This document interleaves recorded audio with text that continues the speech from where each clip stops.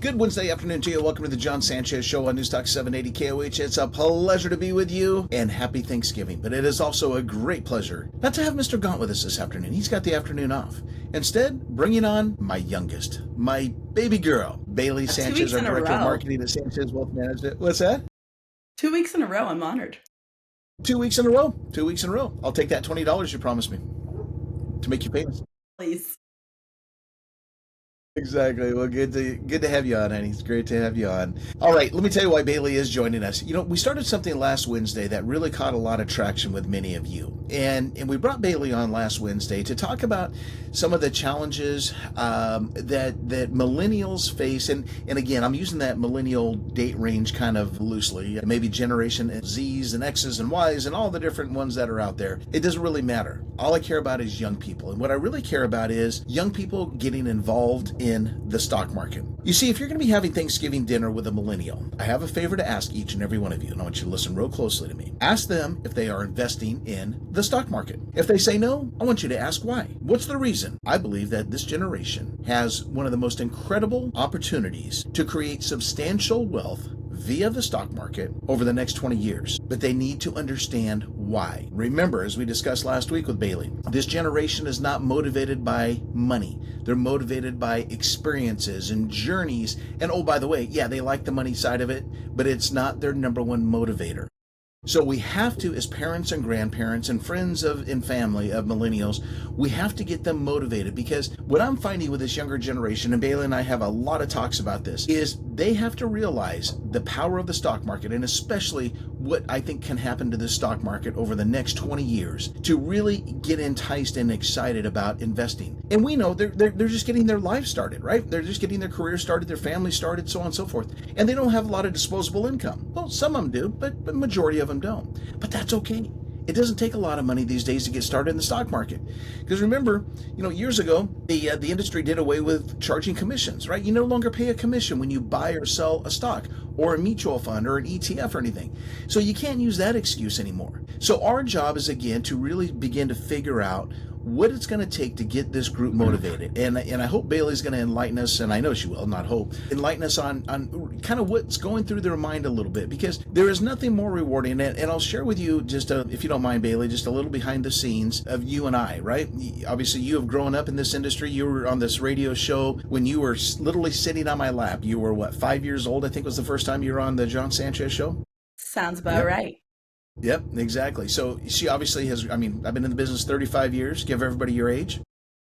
28. Did you know? I did, of course. Okay, yeah.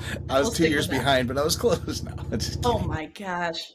I'm just kidding you. So she grew up in this industry, right? She saw the struggles that I had when I was a young broker, and now the successes. Now that I'm established, I've got a great team behind me, and this beautiful radio station that has allowed me to be on for 3 years or something like that now.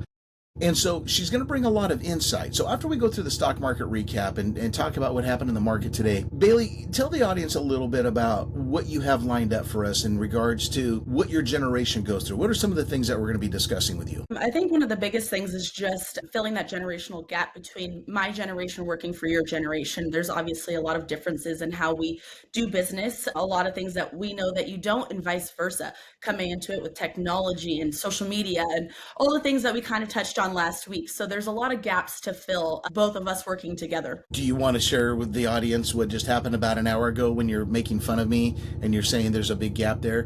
When I contacted you and I said, we're ready to give you some pictures or how do we post things on Instagram? You said, Father, don't touch it. Just send me the pictures because you don't know what you're doing. That was the eye-opening experience that I had, that I can't even post on Instagram. I thought it was simple as, kind of cut and paste and put a picture on there and you're like, no, Dad, there's storyboards and there's certain colors. And I'm like, oh, good God. That is the perks that you get with someone in marketing versus just a millennial, right? You can't mess with the aesthetic. It's all about business. And I knew the time would come when you would ask for a rundown on that. And I dreaded this day. Thanks a lot, kid. Thanks a lot. That's fine. I got enough things to worry about. I'll leave the world of social media to you. That's for sure. Well, it's going to be a fascinating discussion. And again, I'm sure many of you are going to be having discussions with millennials again at the Thanksgiving table and for the weekend. And I hope what you learn from us this afternoon, you can carry forward to them. And, again, there's a great website I will tell you once again before I forget. It's called calculator.net. And you can go there and they have calculators for anything you want, for mortgages, auto loans, but of course the investing calculator. And it will show you again, you just put in a time period that you want the money to grow, an assumed interest rate, how much your contributions are going to be, and it will blow your mind, or more importantly, blow your millennials' mind as to how fast things can grow. Because remember, folks, one thing they have that we don't is baby boomers. They've got time on their side. They have time on their side. And Bailey, what I started to get to is Bailey was fortunate enough to start a 401k when she started with SWM. Your words this morning when you and I went over what your balance is were, I'm blown away. I can't believe how fast, and you use this term, how fast the money has compounded. Real quickly, tell everybody about that. Yeah, absolutely. It's obviously something you're not taught in school, right? You're not taught to put your money away. You don't even think about it until look at what I have in that savings already. And I'm only 28 years old, and I try and keep it out of my mind, so I don't even think about it as an option to pull out until I'm retired. But it's so fascinating to see that in real life versus just reading about it in some textbooks from college, maybe. Yeah, yeah. Oh, yeah. No, it's even if you did read about it. I mean, all the college courses I took, I don't think one of them ever mentioned the word 401k. It's Yeah, just no, never did. definitely not. And why, I don't know. I remember a few years ago when I was doing a lot of speaking at UNR, did the grad courses. Even those young kids that were in there, and they were like, man, I never realized how the power of a 401k, and it is, and especially now, the amount of money that you can put into there. I mean, you can put in up to $27,000 if you're under age 50. I mean, it's mind blowing what they allow you to do compared to, again, I think when I started in this business, Bailey, in '93, I think it was, if I want to remember right, I think it was like $9,500 or something like that you could put in. That was it. And IRAs were $2,000 a year, and now they're $7,000 a year, and it just goes on and on. So you have every reason to do it. You have every reason. And so Bailey's going to kind of share how she's budgeted her money to get started. Again, what this means at a 28-year-old level to see money growing in a 401k, and then most importantly, get us into the mindset of what does it take to get these kids motivated to invest? Because I want to see every single one of them be multimillionaires. And really, it does not take much. It just takes a little bit, but it takes diligent, disciplined savings, a little bit of understanding with the stock market, and guess what? It can happen. It can happen to any of them. Any of them can become multimillionaires, but it's our responsibility, like Bailey just said. She's a graduate of UNR, business major, minor in entrepreneurship, and she just said, I didn't even have those classes, majoring in business. And so this is the real life stuff, folks. This is the real life that we want to go over this afternoon with you. So anything you want to add to that, B? We'll take off on it in the next section, or else I won't stop before commercial. Okay. Sounds good. Sounds good. I appreciate that. See, there's a kid that's grown up in radio. She understands, hard breaks and commercials and all that good stuff.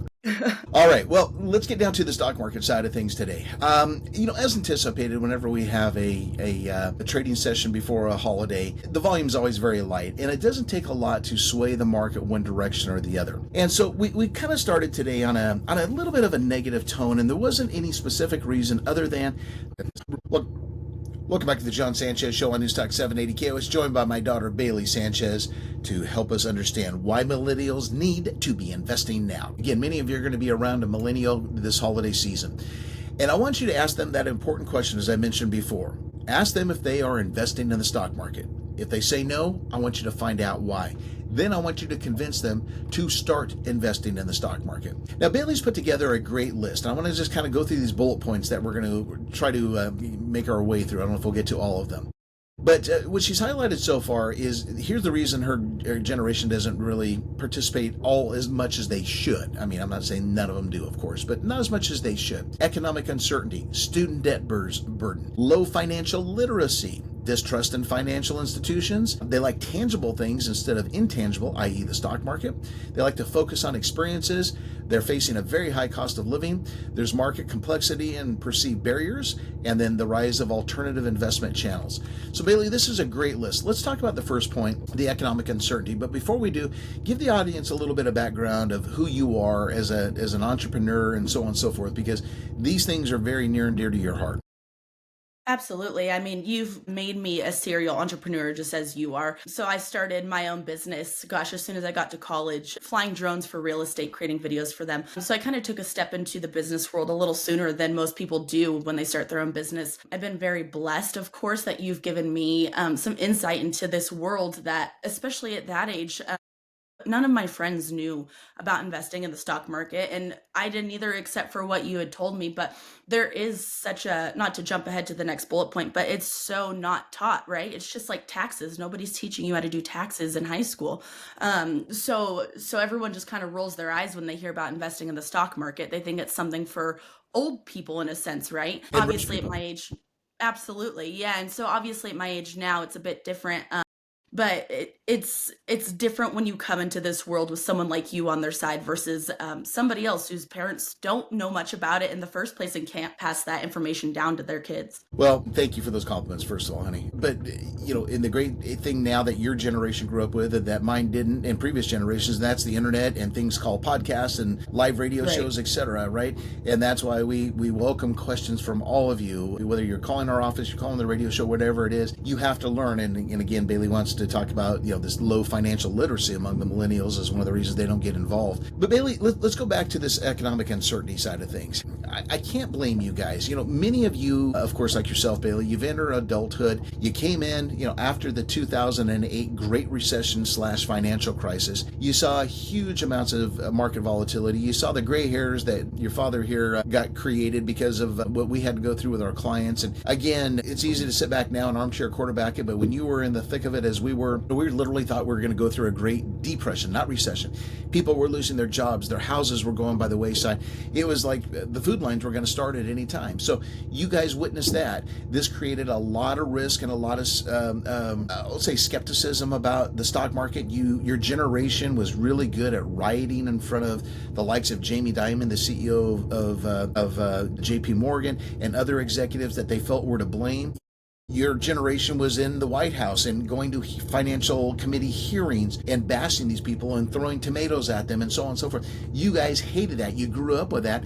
And if that wasn't enough, then you throw in the COVID pandemic that reinforced the different uncertainties and gave you a very cautious approach. So the bottom line is you guys went through a lot of hell that other generations haven't, or have not. And so therefore you're a little bit gun shy, correct? Absolutely. I mean, I'm obviously at the bottom of the millennials, the last year of millennials, right? But for me, I had to watch you guys struggle through the recession, of course, where I didn't quite understand what's going on, but I knew a general summarization of what's going on, right? So that already looked scary in the first place. But now, as an adult, as I hit COVID, and I owned my own business at that time as well, of brick and mortar clothing store, and that's about as bad as it could have gotten for an in-person business. And so that really made me lose a lot of faith, seeing how, I mean, I thrived as soon as we came back from the shutdown and I opened my doors again. I thrived, and I'm lucky that I'm in a small town where a lot of people wanted to support small businesses, of course. But as soon as that inflation hit, it was like somebody flipped the light switch. And as soon as that happened, I had to shut my doors. I couldn't sell a t-shirt that I normally sold for 20 bucks for 40 now. It was impossible. So that made me lose a lot of certainty of where to put my money other than a savings account, maybe, if I could have done that. So, and again, it still falls back on that not understanding the stock market enough for people my age. They go through all of that. And even if they own a business, and I think everyone just wanted to turn everything to cash and hide it in their closet at that point. Yeah. I remember so many of your friends contacting me saying, what's this thing called cryptocurrency? Hmm. That's when remember the meme stocks, the AMCs and all these that were going, up 1,000+%. They're like, how do I get involved in these penny stocks? I remember it was like the world of speculation just opened up to your generation. And I had to go, look at guys, if you got gambling money, sure, go help yourself on whatever you want to do. But you have to set the foundation to the house first. You've got to build the emergency savings. You've got to contribute if you have a 401k available, then an IRA. Then you can go play in the stock market like us big boys. But if you don't have that foundation, you just, as a lot of your friends did, they just dumped their money into, if they went into crypto, they probably did okay. But if they went into some of these meme stocks that ended up collapsing, they probably lost it all. And they're completely tainted against the stock market forever and ever. Well, that was my next point as well, right? I feel like people my age, kind of the first thing they started hearing about with investing, or at least understanding a little, was crypto, which obviously was such a new concept and still is in a sense. So I think that was only the first little taste into investing that people my age had tried to understand at least. Yep. So, and of Yep. course, it's Absolutely. not a surety by any means going into No, crypto. no. So yeah, it's very, very up and down with people Yep. my age and Yep. investing. Yeah. You again, you had a lot of things coming at you right out of the womb, as the saying goes.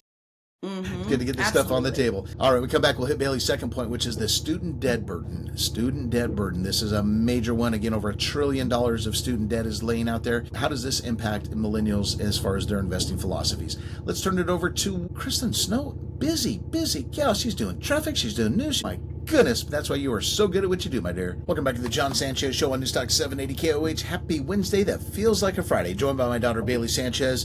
Our topic, why millennials need to be investing now. Your job over this holiday season, whether it's this Thanksgiving, Christmas, whenever it may be, if you are sitting at the table, in the living room, behind the fire, or around the fireplace, talk to your millennials. Tell them about the show. Tell them about the importance of them beginning to save and invest, and do it really as quickly as you can, because time is ticking. What these kids have that a lot of us don't is really simple. They have time. Here's a little stat for you before we get back to Bailey and talk about how student loan debt impacts their investing decisions. So here's a little stat for all of you. Pretty simple numbers. And again, I want you to remember this website, calculator.net.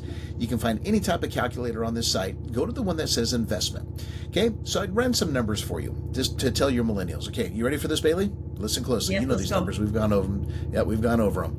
Let's say you start with $500. Okay, most of you have $500. For you parents, grandparents, give your millennial a $500 Christmas present. Okay, most of them, like Bailey, Bailey's 28 years old. They've got roughly 30 years until retirement. Okay, if they can average 10% a year in the stock market, which is again the historical returns, and all they need to do is put in $500 a month. Okay, let's break that down. That's $25 a day for 20 days. Okay, how much money do you spend going out to lunch? Probably 15, 20 bucks on average. Start brown bagging it, because here's why. $500 starting amount, 30 years, 10%, $500 you invest in a month. Guess what? You just made your millennial a millionaire. In 30 years, we know how fast that goes, they will have $1,040,146.36. $1,040,040. I mean, come on. Fascinating. And all they put in was $180,000. That's it. The rest Incredible. of it is stock market growth, right? Isn't that amazing, Bailey? So Absolutely. yeah, I mean, I don't know how much clearer to make it, but that's what I call the golden carrot that you flash in front of these kids. Say, yeah, all you need to do is just 25 bucks a day, $500 a month. And here's the great thing also, if you can do this inside of a Roth IRA where they're never going to pay a bit of income tax on it, that's even better. It's there. It's within the reach of all of them, because again, they've got 30 years, something many of us don't have. Okay, Bailey, let's go back to your second point, which is one of the reasons your generation is somewhat stock market adverse, and that is the student debt burden. So Bailey dug up some stats that I want to share with everybody, and then I'll get her opinion on this. $40,438 is the average outstanding student loan balance among millennials, down a little bit from $46,281 back in 2021. Now, this data is according to the Education Data Organization. The average student loan debt balance among millennials declines at a compounded rate of only 4.4%. 47% of millennial student borrowers have loan payments less than $200. 20% have student payments over $500. 46.6% student loan debt belonged to millennials in 2022. I mean, the list goes on and on and on. Bailey, let's bring the real life side of this. How bad? Because you have some student loan debt. What does it mean to you? Absolutely. How did it happen, and how does it impact you in your investing decisions? Well, I mean, let's look at it now. A college degree now is equivalent to a high school degree. But if you look even 10 years ago, it was something special, right? So we were forced, or we felt forced to go get a college degree. We felt like we would stand out. So I think everyone was willing to put debt on the line in order to feel like they would stand out with their resume to a job that they wanted to apply for. And now it's turned on them, because now that they're having to pay off these student loan debts, they're not getting the jobs that they want, because younger generations are coming in with the same exact college degree, and it means nothing. And if you look at those statistics too, it says 83% of millennials with student loan debt put off major investments such as buying a home just to pay their student loans. So I think that changed a lot. And if we can look at it too, let's look at 4 years ago when everyone was promised that their student loan debt would be paid off and people fell Oh, you for it. talked about So Biden's initiative. I sure am, yes. And not even to get political, but this was something that people really voted for, right? I think that was the one talking point that everyone wanted. And so I think people probably tried to plan their life around my student loan debt's going to be paid off. Let me Yeah, go do give them a something. vote.